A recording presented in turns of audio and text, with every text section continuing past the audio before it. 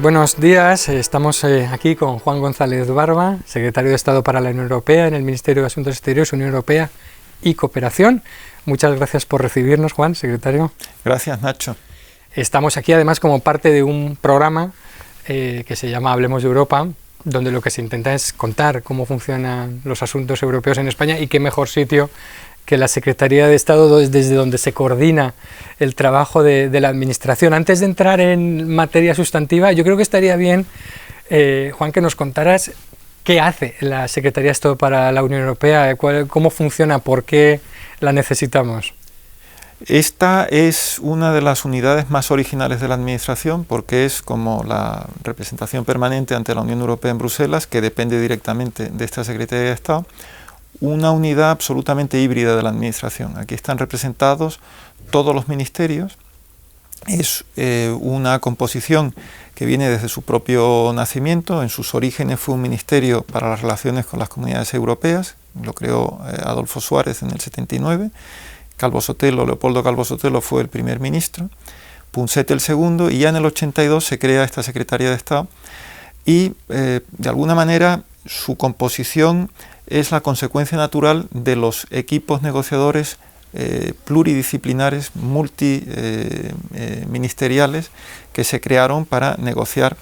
la adhesión de España a la Unión Europea. Entonces el resultado se ha mantenido hasta ahora. Hay el ADN de esta Secretaría de Estado en la parte Unión Europea, pero luego también tiene las relaciones bilaterales con los países de la Unión Europea, candidatos y algunos otros de la zona EFTA y ahora el Reino Unido, ¿no? Pero el ADN es continuamente estar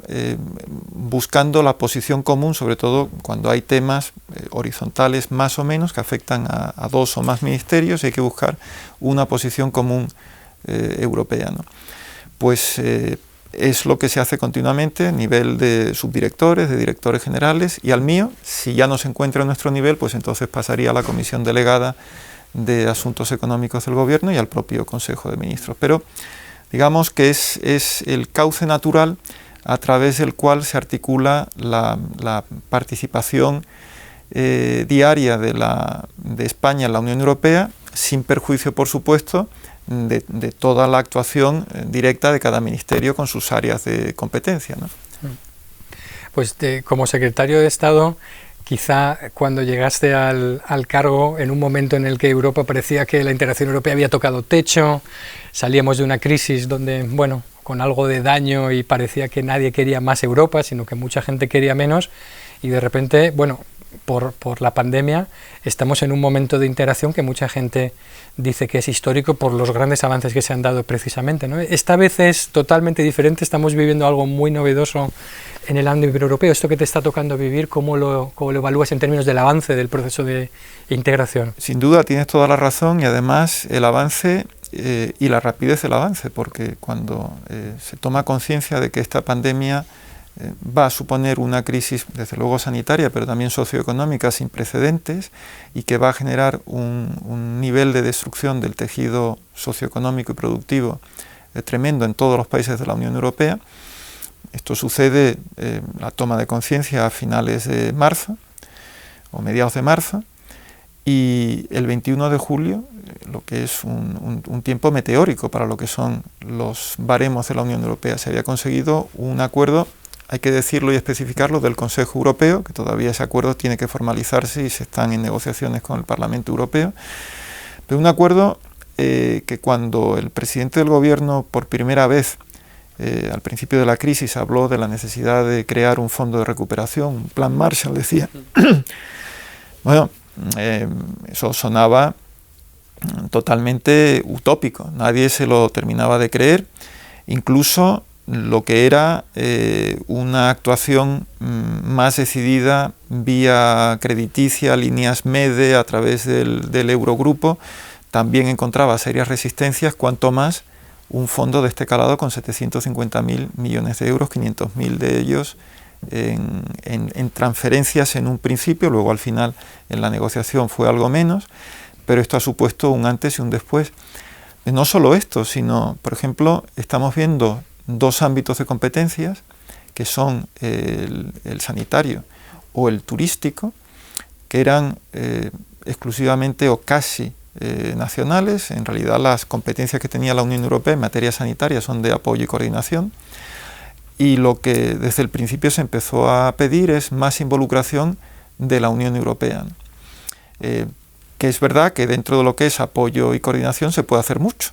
pero es todo lo contrario que menos Europa. En el ámbito del turismo, el turismo sí que era una competencia prácticamente nacional. Lo que hacía la Unión Europea era mínimo. Se trataba, todos los ministerios, secretarías de Estado de Turismo, lo que hacen fundamentalmente es promoción turística y luego pues asegurarse que las infraestructuras turísticas de cada país cumplen unos requisitos mínimos, ¿no? Y hemos visto con la pandemia que quizás el sector más afectado, por lo que tiene una industria que se basa en el contacto personal y basada en los servicios, ¿no?, ha venido de una reflexión que se empieza a hacer en la comisaría de Bretón. Se habla del ecosistema turístico, se ve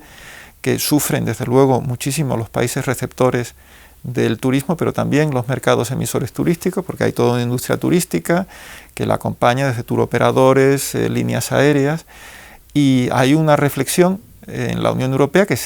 arranca ahí sobre el carácter horizontal de la industria turística. Te pongo dos casos, por ejemplo, que no solo la revolución ha tenido lugar en el ámbito más obvio, que es el de la pandemia, ¿no?, sino por ejemplo en este del turismo y el sanitario. Y ahí hemos visto en toda esa batería de cosas novedosas, estamos viendo desde impuestos, desde la capacidad de recaudar impuestos propios para gestionar esos fondos que se van a poner en marcha,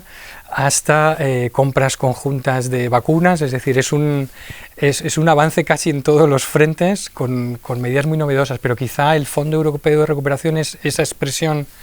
de solidaridad. ¿Cómo ha sido posible? ¿Por qué esta vez ha sido posible? ¿O qué papel ha tenido ahí España en ese fondo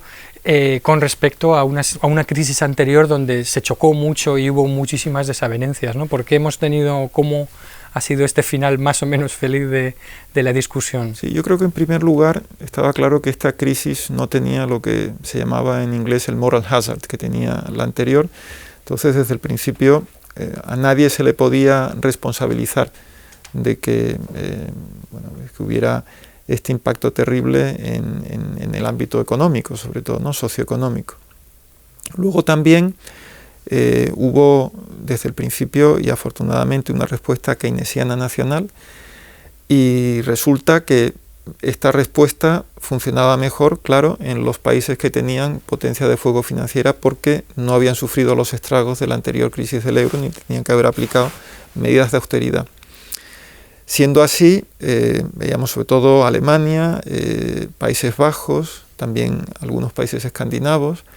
que empezaron a apoyar a las empresas en crisis y a financiar mecanismos de protección de empleo con unas sumas vía presupuesto que alcanzaban el 5 o 6% del PIB en breve, ¿no? Si esto ocurría así, además,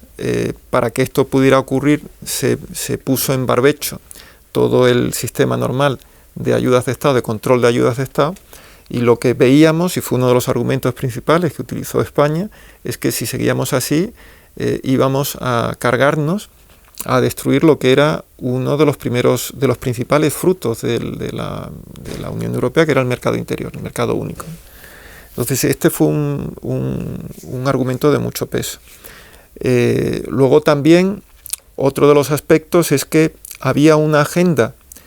conjunta que gozaba del apoyo no solo de los 27, de las instituciones además, aparte de luego del Parlamento y de la Comisión, y de luego de las opiniones públicas, que era la agenda verde, la agenda digital, y luego la agenda de la inclusividad a raíz, sobre todo, del pilar social acordado en la Cumbre de Edimburgo. Si no se encontraba manera para paliar de manera solidaria el mal que nos había aterrizado, difícilmente íbamos a poder proseguir una agenda que gozaba del apoyo generalizado, ¿no? Entonces, también fue importante que se dijera que la recuperación iba a ser sobre todo verde, digital e inclusiva. Y esto nos va a permitir, este fondo nos va a permitir seguir aferrado a una agenda que, según vemos el futuro de los próximos años y próximas décadas, es fundamental, ¿no? Y bueno, pues digamos que ese fue un poco el principal enfoque que adoptó España. Al principio insistimos en la importancia de una solidaridad fiscal que tenía que tener su materialización en los eurobonos, y hubo 11 Estados miembros que firmaron una carta en defensa de la emisión de coronabonos, como se llamaron, limitados en el tiempo a los efectos de la pandemia, y vimos que esta propuesta despertaba un absoluto rechazo, era una línea roja infranqueable para un gran número de países, incluido Alemania, ¿no? Y entonces, bueno, pues se siguió viendo que otras alternativas podía haber, hasta que fue la Comisión la que presentó al final la arquitectura que generó el consenso, que fue la imbricación del Fondo de Recuperación en el presupuesto, de tal manera que las transferencias de recursos se siguieran haciendo vía presupuestaria, pero claro, vía presupuestaria con una inyección tremenda, y que para poder seguir teniendo en el futuro un marco financiero plurianual que permita seguir sosteniendo las políticas de la Unión, hacía falta introducir mayores recursos propios, porque si no, el pago de intereses y el pago del principal se iba a tener que hacer con cargo al presupuesto, con lo cual se detraía para pagar futuras políticas, ¿no? Y de ahí vino al final la fórmula mágica que permitió pues montar un consenso alrededor de, bueno, pues de este, como se ha llamado, MFF o MFP en español, Marco Financiero Plurianual / Nueva Generación. Y aunque el Nueva Generación se basa en el artículo 122, como se está viendo ahora en la discusión en el trílogo con el Parlamento Europeo, el Parlamento quiere también tener voz, si quizás no voto, pero sí voz en la gobernanza de este dinero, porque según el 122 el Parlamento será solo consultado, no es autoridad codecisoria como es en el procedimiento parlamentario normal, ¿no? Ahí ves más o menos que el proceso puede funcionar de la forma suficientemente fluida para que los fondos lleguen a tiempo, porque ha habido debates sobre si aparece en la condicionalidad con Polonia, Hungría, parece cosas que podrían ralentizar, ¿o crees que al final se va a poder...? Vamos a ver, cuando me han hecho la pregunta, yo francamente no concibo que no haya un acuerdo a tiempo, porque si se consiguió lo más difícil, que fue poner de acuerdo a los 27 jefes de Estado y de Gobierno el 21 de julio, y respetando cuáles son los objetivos y prioridades del Parlamento Europeo, que además son muy legítimas, y yo diría que como España, que siempre ha sido muy proeuropea en cuanto a sus autoridades y su opinión pública, de alguna manera siempre nos hemos identificado con las instituciones más proeuropeas de la institución de la Unión Europea, Comisión, Parlamento Europeo y Tribunal de Justicia de la Unión Europea, ¿no? Nosotros, suscribiendo los planteamientos del Parlamento Europeo, comprendemos que hace falta una cierta flexibilidad de unos y otros para conseguir cerrar cuanto antes un acuerdo, y ahora nuestra posición es apoyo sin fisuras a la propuesta de compromiso que ha puesto sobre la mesa la presidencia alemana, porque creemos que cifra arriba, cifra abajo, coma a la izquierda, coma a la derecha, al final el acuerdo no va a variar demasiado de esta propuesta de compromiso que está puesta sobre la mesa por la presidencia alemana para salvar el principal escollo al que te has referido, que es la condicionalidad referida al Estado de Derecho, ¿no? Que se ciña a lo que son los intereses financieros de la Unión Europea y las infracciones que pueda haber por disfuncionalidades de Estado de Derecho en la gestión de los fondos, ¿no? Luego, bueno, vamos a un tema como el Brexit, que está desde hace 4 años en la mesa. España y el Reino Unido, que han sido 2 países que se han creído el mercado interior a fondo y que lo han practicado con inversiones, con turismo, con trabajadores, es quizá uno de los países más expuestos a un Brexit duro, ¿no? Y parece que, bueno, no se sabe nunca dónde vamos, pero parece que podríamos acabar mal otra vez, o cada vez nos asomamos al abismo y volvemos. ¿Te preocupa que de verdad existen posibilidades de que seamos incapaces después de 4 años de encontrar un acuerdo de salida y tengamos que asumir los costes de un Brexit duro? Vamos a ver, te mentiría si te dijera que no me preocupa porque va a haber un acuerdo, simplemente porque ya los plazos apremian. No era la opción de la Unión Europea, y menos cuando se declaró la pandemia y en junio había una posibilidad de prorrogar al menos 6 meses más la fecha límite, la fecha guillotina para alcanzar un acuerdo que regule las relaciones futuras entre el Reino Unido y España. Fue la insistencia británica en junio de no pedir una prórroga, una exención, con lo cual hemos negociado a contrarreloj. Creímos que cuando se iniciara una fase más intensa de negociaciones a partir de julio, cuando ya lo permitió la pandemia, que ahí ya se empezarían a flexibilizar posiciones, todos tenemos intereses defensivos y ofensivos. No sonaba muy realista cuando oíamos a las autoridades británicas decir que querían un acuerdo cuanto antes ya, sin que estuvieran dispuestos a hacer la mínima concesión en asuntos que eran vitales para nosotros, lo que se llama el level playing field en materia de mercado interior, un mercado interior además uno de cuyos principales artífices, como acabas de recordar, fue el Reino Unido, ¿no? O como por ejemplo en materia de pesquerías, que es algo que afecta muy directamente a 8 Estados miembros, y en concreto a 3 o 4 de ellos supone pues prácticamente los intereses pesqueros de 1/3 de su flota, lo cual quedaría varada al día siguiente de que se consumara el Brexit, la salida ya del Reino Unido del mercado interior y de la unión aduanera, ¿no? Hay también problemas en materia de gobernanza, y luego los británicos, claro, tienen una serie de intereses ofensivos que en la medida que no haya el mínimo atisbo de que pueden flexibilizar su posición, pues no ha habido ningún tipo de estímulo para el negociador europeo, con el apoyo, tengo que decir, del Consejo, para hacer concesiones, ¿no? La posición europea era, bueno, primero nosotros no queríamos que el Reino Unido se fuera de la Unión, nadie. Cuando se fue, pues hubiéramos querido el máximo nivel de relación, si fuera posible, imitando la que hay con países de la antigua EFTA, máxima presencia en el mercado interior, o que no hubieran salido del mercado interior, pero eso tampoco era posible, por un prurito de defensa a ultranza de la soberanía, quizás entendida de una manera que no se acompasa bien con lo que, desde luego, países que somos parte de la Unión Europea entendemos soberanía en el siglo XXI, pues cualquier mención al Tribunal de Justicia de la Unión Europea era prácticamente una línea roja. Cuestiones de estándares mínimos, lo que era la armonización dinámica, era también como mentar al diablo, ¿no? Y no ha habido mucho margen negociador. Desde luego no para conseguir un acuerdo de máximos. Ahora yo creo que lo que todos intentan es salvar los trastos, conseguir un acuerdo de mínimos, y que permita que a partir de ese acuerdo de mínimos, y ya desde el 1 de enero del 2021, se pueda seguir construyendo, que ese acuerdo de mínimos sea un armazón y que se vea que en el fondo, desde luego, la soberanía y los intereses del Reino Unido están protegidas y salvaguardadas, sin perjuicio de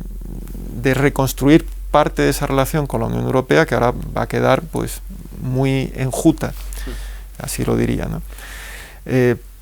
Tengo que decir que una de las cosas importantes que ha mantenido la Unión Europea hasta ahora ha sido la unidad en el seno del Consejo, y era algo quizás con lo que no contaba la parte británica. Pensaba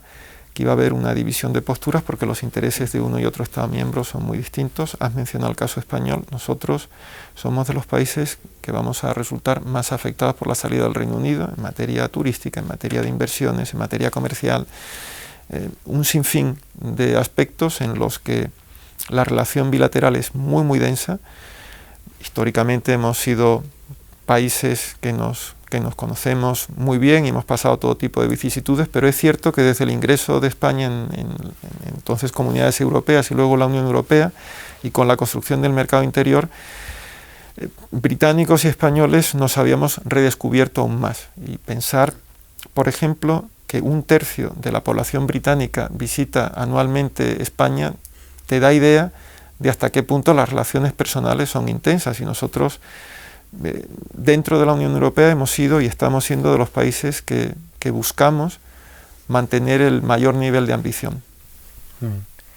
Luego están los que se van pero no se terminan de ir, y los que quieren venir pero no terminan de venir, como Turquía y los Balcanes, que son otra parte también del negociado de ampliación o no ampliación. ¿Cómo estamos generando ahí un cierto vacío estratégico, económico, de expectativas que están ocupando otros? ¿Hay preocupación? Yo creo que hay dos aspectos ahí diferentes. Uno, como se está viendo en toda la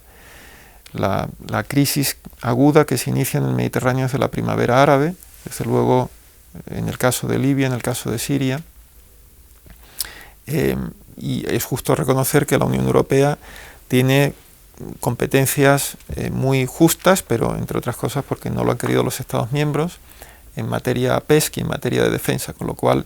se es injusto cuando se critica a la Unión Europea por no tener el suficiente perfil,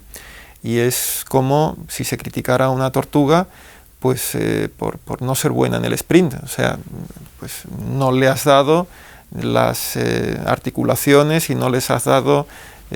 la necesaria movilidad para poder competir con una liebre. Está en los Estados miembros el que en el futuro vayamos incrementando esos poderes de la Unión Europea. Eso por una parte. Y luego por otra, no cabe duda que el prestigio de la Unión Europea ha ido menguando entre sus vecinos, porque hasta la crisis del Brexit, tengo que recordar que hemos encadenado 4 crisis. Primero, que no se olvide la institucional, cuando 2 Estados miembros votaron que no al referéndum sobre la Constitución Europea, el Tratado Constitucional, luego la del euro, luego la migratoria y finalmente la crisis del Brexit. Y quieras que no, el prestigio de la Unión como tal pues disminuye a los ojos de los vecinos, y creen que hay otros modelos de organización política y de integración que puedan ser más exitosos, ¿no?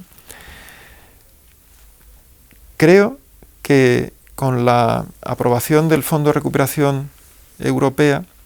y el mostrar al mundo que en estas circunstancias tan complicadas lo que es capaz una organización internacional, que es la Unión Europea, no nos olvidemos, por la solidaridad de sus Estados miembros, y hasta qué punto puede llevar a límites desconocidos un nivel de integración inédito en las relaciones entre Estados en el resto del mundo, en cualquier otro modelo de organización regional. Yo creo que ha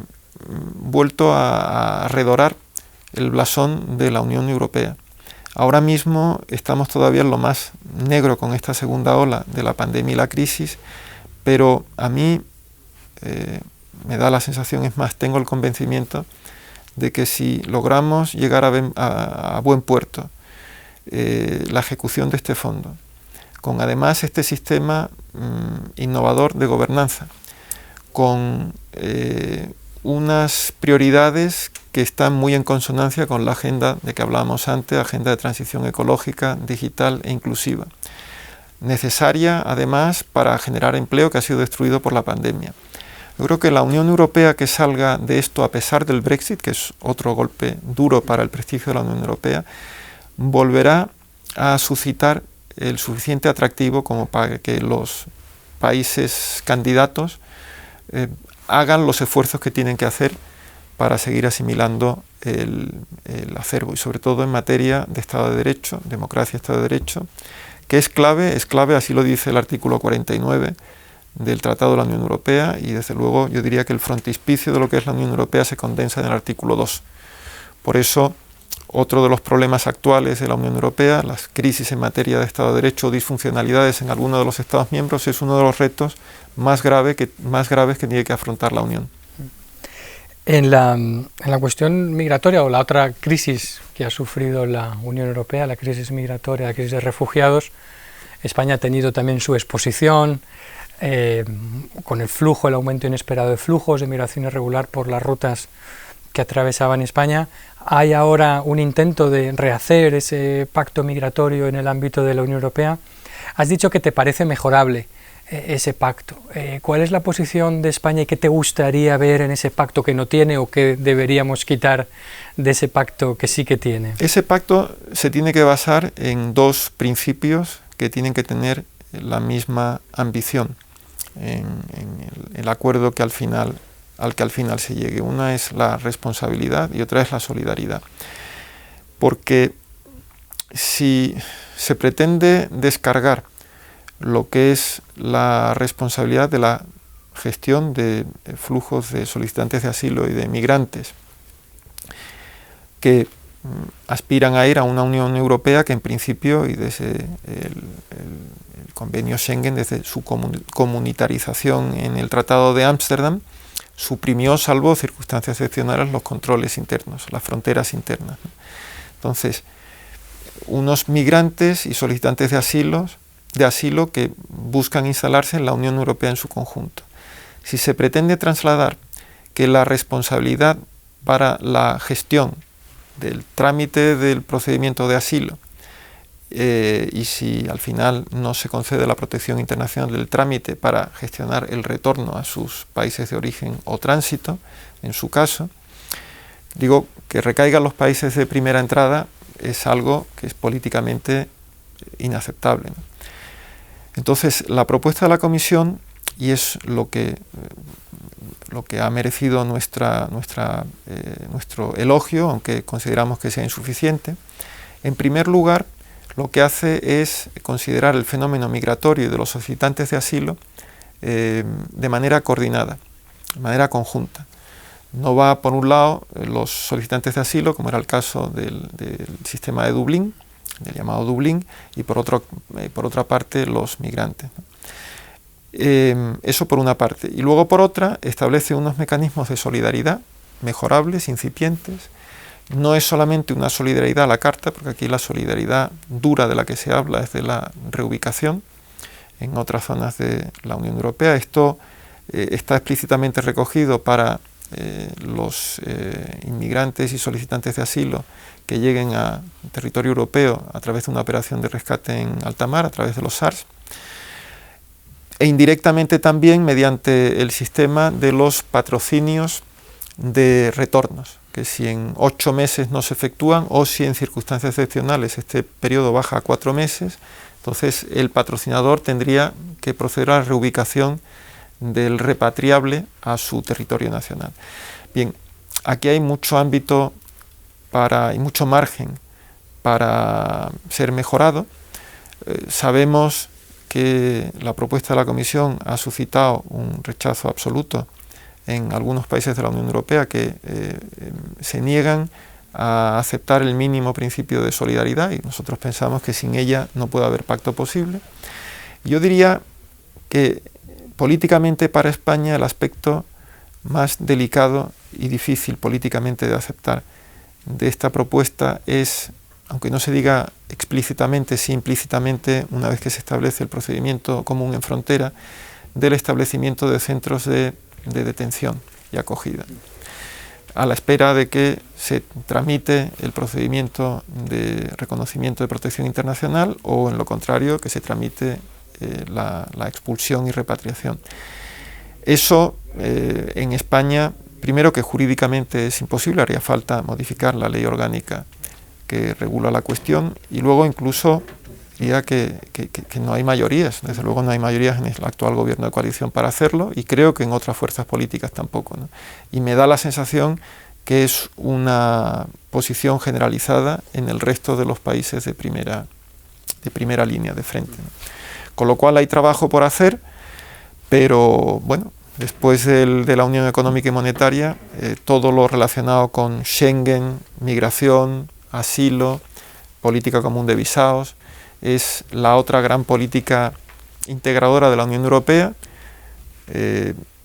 trabajosa de irse edificando, pero ahí estamos. Desde luego España está dispuesta a afrontar la negociación con el mayor espíritu constructivo. Pues si quieres vamos a ir concluyendo. Quería preguntarte, en este debate en una Unión Europea 27 hay muchas posibilidades de juego, hay muchos intereses. Parece que de forma más o menos natural se van generando coaliciones, que si hanseáticos, que si visegrados, está el eje franco-alemán. España está siempre a veces en este debate de con quién me voy, para qué, si debe trabajar con Italia, sumarse al eje franco-alemán. Sé que esto es un poco abstracto, ¿no? Pero desde tu posición, ¿cuál es esa configuración ideal de coaliciones y de alianzas donde debería estar España y donde más conseguiríamos hacer avanzar el proyecto europeo y a la vez nuestros intereses? Bien, vamos a ver aquí, lo que diría es que para empezar el eje franco-alemán concierne a Francia y Alemania, o sea, es quizás un poco ilusorio pensar que franceses y alemanes van a aceptar a otro tercer país a participar en esa negociación continua para acercar posiciones que muchas veces están alejadas. Hay veces, de hecho, como se ha podido ver en la crisis del Mediterráneo Oriental, en que las posiciones francesas y alemanas no coincidían. Hay otros ámbitos en que tampoco coinciden, ¿no? Yo diría que, como regla general, más que con el eje franco-alemán, España tiene que tener la mejor de las relaciones con Francia y con Alemania. Y en muchas ocasiones es la concordancia de intereses entre franceses y alemanes, como se vio en el Fondo de Recuperación, cuando en una comparecencia la canciller Merkel y el presidente francés Macron anunciaron un fondo con $500 millones de euros para el Fondo de Recuperación. O sea, el Fondo franco-alemán seguirá siendo el principal músculo y tractor de la Unión Europea. Pero luego, después de 2004, se ve que, así como antes había un solo eje cuando se fundaron las comunidades europeas, después de la ampliación empieza a cobrar cada vez más fuerza un segundo eje, que si el primero seguía el río Rin, el otro más o menos se dibuja pues por donde fluye el Oder y el Vístula, ¿no? Y claramente Visegrado forma un bloque de poder en la nueva Unión Europea. Y ahí, digamos que el otro eje situaría a Alemania como parte principal de esa nueva fuerza que ha aparecido en la Unión Europea. A medida que has mencionado también la adhesión pendiente que hay en los Balcanes orientales, en los Balcanes occidentales, si se suma los países balcánicos que ya son parte de la Unión Europea, hay otro eje geográfico, histórico, que ha sido también un eje que ha contribuido a explicar dinámicas e historias en la Unión Europea, en Europa, que ha sido el que recorre el Danubio, ¿no? Ahí, por ejemplo, pues cada vez, a medida que se produzca el ingreso de los distintos países de la ex Yugoslavia y de Albania, pues también tendremos que tenerlo en cuenta, ¿no? Entonces, para un país que geográficamente es periférico y que no estuvo en el núcleo central de los 6 fundadores, se trata de tener y mantener, desde luego, las mejores relaciones posibles con Francia y con Alemania, que sigue siendo el músculo de la Unión Europea, pero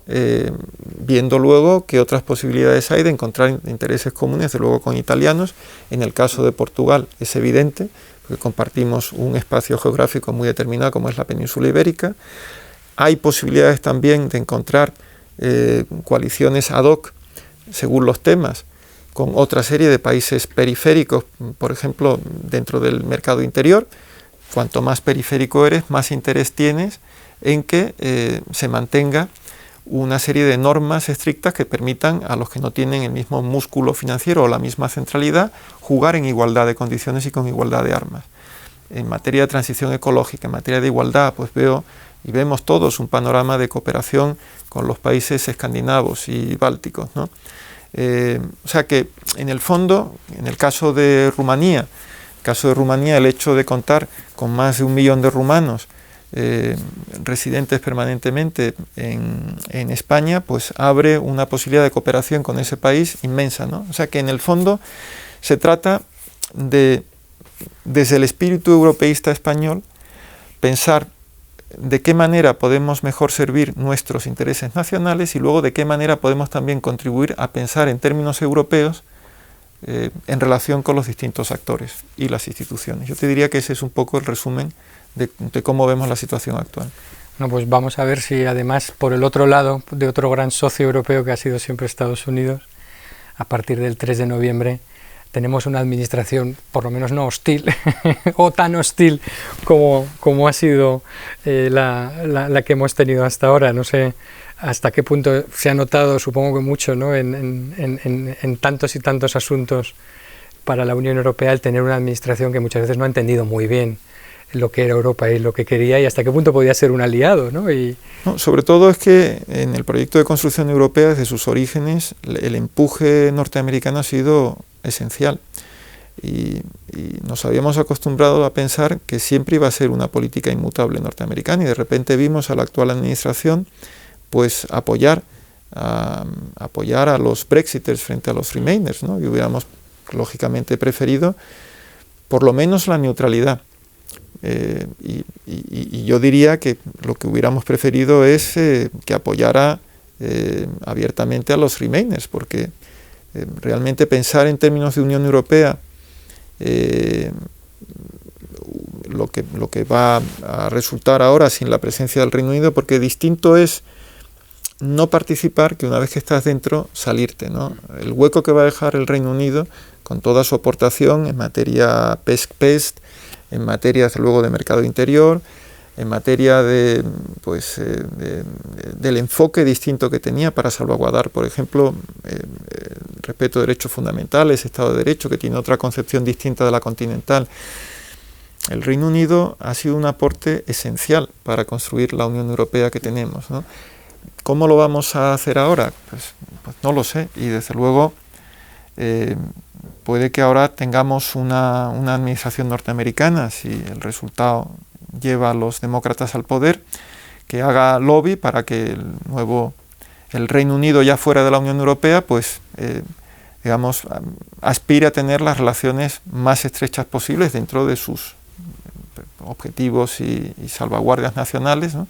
Y eso es una cosa que siempre favorecerá a la Unión Europea, por no hablar en el tema de defensa, por ejemplo, de la relación OTAN-Unión Europea. En fin, hay tantos temas para los que Estados Unidos es esencial, absolutamente esencial.